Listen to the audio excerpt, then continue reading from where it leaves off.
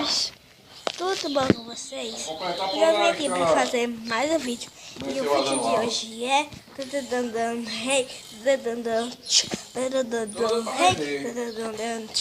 eu já estou inocentando, o vídeo vai ser hashtag em azul, hashtag em azul, hashtag em azul. Essa música aqui é do meu pai, ok?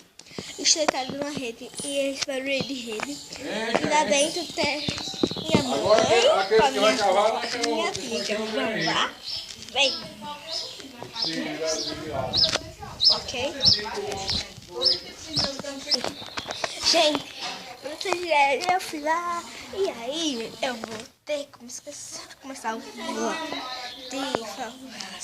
Mãe, tô fazendo vlog. Dá oi.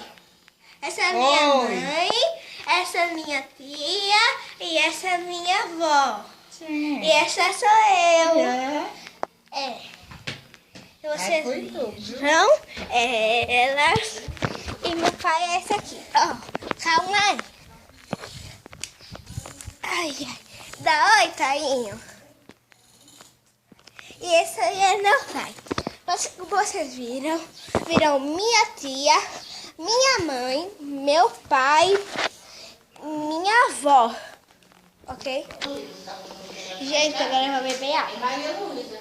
Nossa, que é Maria Luísa, a minha ginecologista. Não vou botar o escrito na piscina. Botou Maria Luísa, eu não quero ter Aí tem uma história de que levantando a mão, se for assim é menina, se for assim é menino. Aí a menina chegou e disse assim: vixe, mas eu detestei a sua mão. Eu fiz assim. Como vocês viram, eu tava bebendo água naquele exato momento. Então eu tô procurando minha bendita da minha Havaiana.